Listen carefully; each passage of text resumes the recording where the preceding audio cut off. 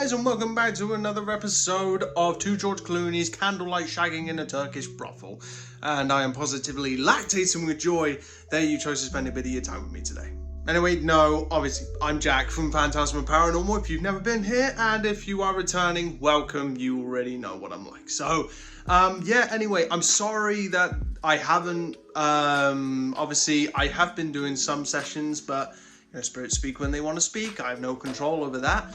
And I haven't been doing any other videos, which there's been a lot of stuff I've wanted to discuss, talk about, and so on, relating to the paranormal as well as mental health, as I do those kind of videos here on this channel where I relay my mental health experiences and so on, in hopefully light of hopefully benefiting somebody else out there who may be struggling.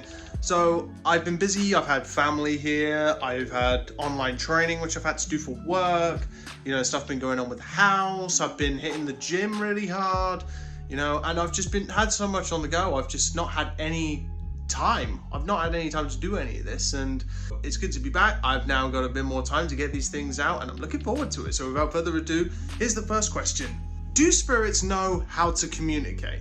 Now, you may think that this may be a bit of an obvious question, but really, have you taken the time to ask yourself this question? So how many times, we are all guilty of it, people that do spirit communication, how many times have you gone to a house or gone to a location? How many times have you gone to a cemetery, a church, whatever, somebody else's home, wherever it may be? You pulled out a PSP-7 and you've instantly assumed that spirits know how to talk. You just pull out PSP-7 and you go, is anybody here with me? So you may not necessarily think about it, in that instant, but I think there's a certain degree which you're assuming that spirits know how to speak. But remember, there may be spirits, let's just assume for a minute that spirits are dead people that used to live just like me who are now dead. Let's just say they are, just for the purpose of this discussion. So let's just say, I go back to Bury Pomeroy, for example. I go back to Bury Pomeroy. And there would have been people there from like the 12th century, 13th century, 14th, and so on. Now, if I go there and I take a PSP-7 with me, if those spirits can see me, they've never seen a PSP-7 before. They've never seen a piece of electronic equipment in their lifetime, because obviously it wasn't around at the time when they were alive. So I'm taking a certain degree of assumption. I'm assuming that they will know how to speak to me. But really, I don't think that's the case. They've never seen that. It'd be like you going back in time and taking a mobile phone, taking an iPhone back to maybe the 1800s. They may assume it's a weapon or something like that. So the assumption is there, I feel. How many spirits know how to communicate if they are indeed dead people? Now, we can't prove they are indeed dead people. Is it quite likely from, communication and so on and what they say? Yes, of course. But at the same time, it doesn't prove anything. What's to say they may not be, indeed angels, demons, aliens, alternate reality beings that may exist in the same kind of world that I do. They may exist like I do. So, they could be a variety of different things. Could be bloody fairies for all we know. I often do ask, when I was thinking about this question a long time ago, and I thought, okay, if I'm going to be just switching on a PSP-7 and instantly having that assumption that spirits know how to talk, what if I actually ask the question? There is certain times which names, I'm sure some of you may have had this, where you may get the same names, you may get maybe same phrases, words, whatever it may be. But let's just say you just get names. I often get very similar names, and I get the same names over and over again. Not always, but it happens sometimes. So they may be spirits, if it is the same ones, I'm not saying they are, but if it's the same spirits, they probably already know how to communicate through an electronic device, such as a PSP-7, a spirit box. But what about the spirits who don't? So I often ask those spirits, if there's anybody, because I talk out loud during sessions, and I say, if there's anybody who's experienced here, who knows how to work a PSP-7, who knows how to use it, knows how to communicate in the ways that you do, could you please help any other spirits with how this works? Could you show them how this works and show them what you do? Because I can't say, can you show them how to manipulate the audio? Because even though it is a really good theory, the audio manipulation theory is based on the the theory that spirits can manipulate the sound and manipulate audio to speak to us, and such as white noise and so on, but we don't know if that's 100% true or confirmed. It's not confirmed.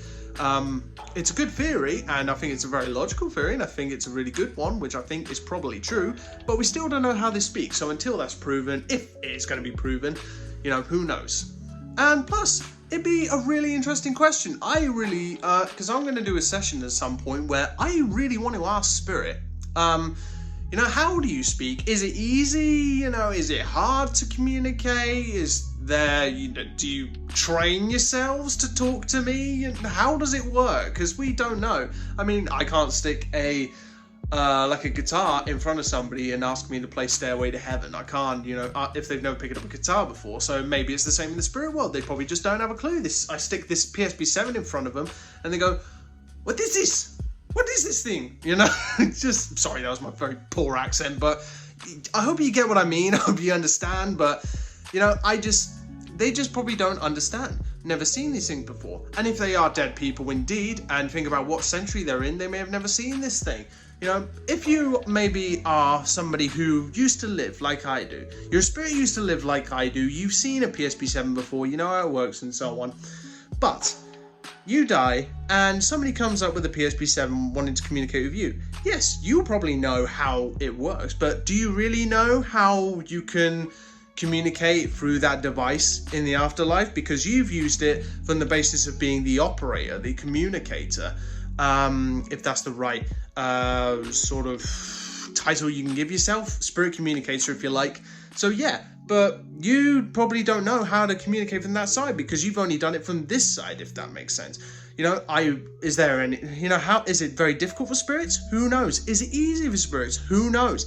But don't assume that they know how to speak. And like I always say, treat spirits with respect.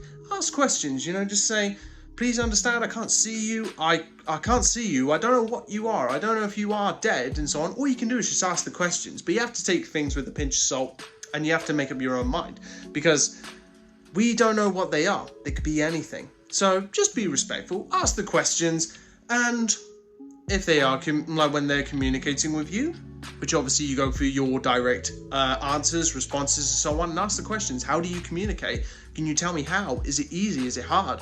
Which I'm going to be doing at some point. I don't know when. Probably when I have the free time because I've got a lot of free time this week, so I'm looking forward to doing some sessions. If I get anything, who knows? But if I do, I'll upload it, and if I don't, I don't. But yeah, anyway, that's just this question. So, do spirits know how to communicate? Do they truly know? Do all spirits know? That's up to you. But anyway, thank you so much. And by the way, if you got this far in the video, look, I got some pink hair. Looks like RuPaul took a crap on my head, but I know I love it.